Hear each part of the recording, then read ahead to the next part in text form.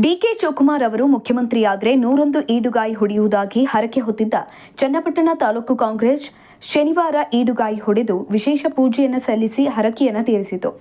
ಬಿಎಂಐಸಿಎಪಿಎ ಅಧ್ಯಕ್ಷ ರಘುನಂದನ್ ರಾಮಣ್ಣ ನೇತೃತ್ವದಲ್ಲಿ ತಾಲೂಕು ಕಾಂಗ್ರೆಸ್ ಮುಖಂಡರು ಕೆಂಗಲ್ ಶ್ರೀ ಆಂಜನೇಯ ಸ್ವಾಮಿಗೆ ಪೂಜೆ ಸಲ್ಲಿಸಿ ಈಡುಗಾಯಿ ಹೊಡೆದು ಹರಕೆಯನ್ನು ತೀರಿಸಿದ್ದಾರೆ. ಇದೇ ಸಂದರ್ಭದಲ್ಲಿ ಮಾತನಾಡಿದ ರಘುನಂದನ್ ರಾಮಣ್ಣ, ಡಿಕೆ ಶಿವಕುಮಾರ್ ಅವರು ಮುಖ್ಯಮಂತ್ರಿ ಆಗಬೇಕು ಎನ್ನುವುದು ಲಕ್ಷಾಂತರ ಕಾರ್ಯಕರ್ತರು, ಅಭಿಮಾನಿಗಳ ಮಹಾದಾಸೆಯಾಗಿತ್ತು. ಆ ಆಸೆ ಈಗ ಈಡೇರಿದೆ. ಡಿಕೆ ಶಿವಕುಮಾರ್ ಅವರು ಸಿಎಂ ಆಗಿರುವುದು ನಮ್ಮೆಲ್ಲರ ಸೌಭಾಗ್ಯ.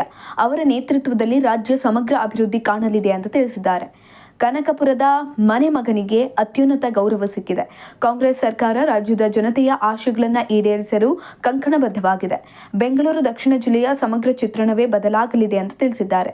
ಬ್ಲಾಕ್ ಕಾಂಗ್ರೆಸ್ ಅಧ್ಯಕ್ಷ ಎಸ್ಆರ್ ಪ್ರಮೋದ್ ಮಾತನಾಡಿ, ಡಿಕೆ ಶಿವಕುಮಾರ್ ಅವರ ಹುಟ್ಟುಹಬ್ಬದಂದು ಅವರು ಮುಖ್ಯಮಂತ್ರಿ ಆಗಲೆಂದು ತಾಲೂಕು ಕಾಂಗ್ರೆಸ್ನಿಂದ ವಿಶೇಷ ಪೂಜೆ ಸಲ್ಲಿಸಿ 101 ಈಡುಗಾಯಿ ಹೊಡೆಯುವುದಾಗಿ ಹರಕೆಯನ್ನು ಹೊತ್ತಿದ್ವು.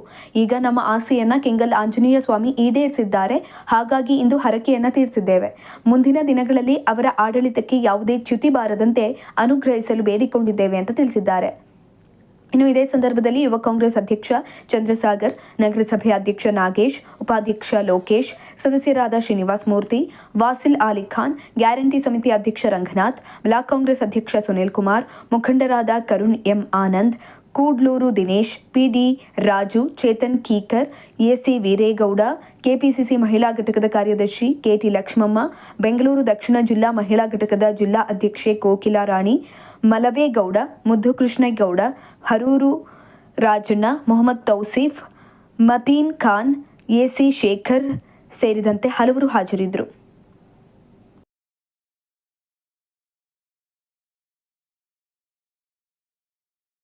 ಇವತ್ತೊಂದು ವಿಶೇಷವಾದ ಕಾರ್ಯಕ್ರಮ ಹಮ್ಮಿಕೊಂಡಿದ್ವಿ. ನಮ್ಮೆಲ್ಲ ಆಸೆ ಈಡೇರಿದೆ. ನಮ್ಮ ಭೂಮಿಪುತ್ರ, ರಾಮನಗರ ಜಿಲ್ಲೆಯ ಭೂಮಿಪುತ್ರ ಡಿ ಕೆ ಶಿವಕುಮಾರ್ ಅವರು ಮುಖ್ಯಮಂತ್ರಿ ಆಗಬೇಕು ಅಂತ ಭಾಳ ನಾವೆಲ್ಲ ಕನಸು ಕಾಣ್ತಾ ಇದ್ವಿ. ಅದು ಇವತ್ತು ನನಸಾಗಿದೆ. ಸೊ ಅದಕ್ಕೋಸ್ಕರ ಇವತ್ತು ಕುಣಿಗಲ್ ಆಂಜನೇಯ ಸ್ವಾಮಿ ದೇವಸ್ಥಾನದಲ್ಲಿ ಕುಣಿಗಲ್ ಆಂಜನೇಯ ಸ್ವಾಮಿ ದೇವಸ್ಥಾನದಲ್ಲಿ 101 ಕಾಯಿನ ಇವತ್ತು ಹೊಡೆದಿದ್ದೀವಿ. ಆ ದೇವರಿಗೆ ನಮ್ಮೆಲ್ಲರ ಒಂದು ಕೃತಜ್ಞತೆ. ಶಿವಕುಮಾರ್ ಅವರು ಇವತ್ತು ಏನಾರ ಮುಖ್ಯಮಂತ್ರಿ ಆಗಿದ್ದಾರೆ ಅಂದರೆ ಅವ್ರ ಆದಿ ಸುಲಭವಾಗಿರಲಿಲ್ಲ. ಅವ್ರು ಭಾಳ ಚಿಕ್ಕ ವಯಸ್ಸಿಂದನೇ ಹೋರಾಡ್ಕೊಂಡು ಬಂದಿರೋರು. ಅವ್ರಿಗೇನು ಯಾರು ಗಾಡ್ ಫಾದರ್ ಇರಲಿಲ್ಲ. NSUI ಯೂತ್ ಕಾಂಗ್ರೆಸ್ ಆ ಮುಖಾಂತರ ಹೋರಾಡ್ಕೊಂಡು ಇವತ್ತು ಈ ಜವಾಬ್ದಾರಿ ಹುದ್ದೆಗೆ ಬಂದಿದ್ದಾರೆ ಅಂದರೆ ಆ ಭಗವಂತನ ಕೃಪೆ. ತಾವೆಲ್ಲ ನೋಡ್ದಂಗೆ ED CBI ಎಲ್ಲ ಎದುರಿಸ್ಕೊಂಡ್ಬಂದಿರೋರು. 2008ರಲ್ಲಿ ಅವ್ರಿಗೆ ಧರಮ್ ಸಿಂಗ್ ಗೌರ್ಮೆಂಟಲ್ಲಿ ಅವಕಾಶ ಕೊಡಲಿಲ್ಲ. 2013ರಲ್ಲಿ 1 ವರ್ಷ ತಡೆ ಆಯಿತು. ಇವೆಲ್ಲ ಎದುರಿಸ್ಕೊಂಡು ಇವತ್ತು ಈ ಸ್ಥಾನಕ್ಕೆ ಬಂದಿದ್ದಾರೆ ಅಂದರೆ ನಮಗೆಲ್ಲ ಒಂದು ಭಾಳ ಹೆಮ್ಮೆಯಾದ ವಿಚಾರ. ಅವ್ರಿಗೂ ನಮಗೂ ಭಾಳ ಸಂಬಂಧ ಇದೆ. ಈ ಚನ್ನಪಟ್ಟಣ ಭಾಗಕ್ಕೆ ಸಾತ್ನೂರು ಕ್ಷೇತ್ರ ಇದ್ದಾಗ ವಿರೂಪಾಕ್ಷಪುರ ಹೋಬಳಿ ಈ ಭಾಗದ ಒಂದು ಜಾಗ. ಇಲ್ಲೆಲ್ಲ ಇವತ್ತೆಲ್ಲ ನೀವು ನಾಯಕರು ಯಾರು ನೋಡ್ತಾ ಇದ್ದೀರಿ, ಅವರೆಲ್ಲ ಇವತ್ತಿಂದ ಅವ್ರ ಜೊತೆ ಓಡಾಡಿರೋರಲ್ಲ. ಅವರು ಹಲವಾರು ದಶಕಗಳಿಂದ ಅವ್ರ ಜೊತೆ ಒಡನಾಟ ಇಟ್ಕೊಂಡು ಇವತ್ತು ಅವರು ಮುಖ್ಯಮಂತ್ರಿ ಆಗಿದ್ದಾರೆ. ನನಗಂತೂ ಈ ದಿವಸ ಬರುತ್ತೆ ಅಂತ ಕನಸು ಕಾಣ್ತಾ ಇದ್ವಿ. ಇವಾಗ ಬಂದಿದೆ. ಎಲ್ಲರ ಪರವಾಗಿ ನಾವು ಇಡೀ ರಾಜ್ಯದಲ್ಲಿ, ಬರೀ ನಮ್ಮ ಚನ್ನಪಟ್ಟಣದಲ್ಲಿ ಮಾತ್ರ ಅಲ್ಲ, ಇಡೀ ರಾಜ್ಯದಲ್ಲಿ ಇದೊಂದು ಬೇಡಿಕೆ ಇತ್ತು. ಇಡೀ ರಾಷ್ಟ್ರದಲ್ಲಿ ಡಿ ಕೆ ಶಿವಕುಮಾರ್ ಅವರು ಮುಖ್ಯಮಂತ್ರಿ ಆಗಬೇಕು ಅಂತ ಒಂದು ಬೇಡಿಕೆ ಇತ್ತು. ಆ ಬೇಡಿಕೆ ಇವತ್ತು ನಮಗೆ ಈಡೇರಿಸಿದೆ. 1 ತಿಂಗಳಾಯಿತು ನಿನ್ನೆ ಬಂದು ಅವರು. ಅದು ನಾವು ಯಾವ ರೀತಿ ಕೃತಜ್ಞತೆ ತೋರಿಸೋದು ಅಂತ ಗೊತ್ತಿಲ್ಲ ಜನಕ್ಕೆ.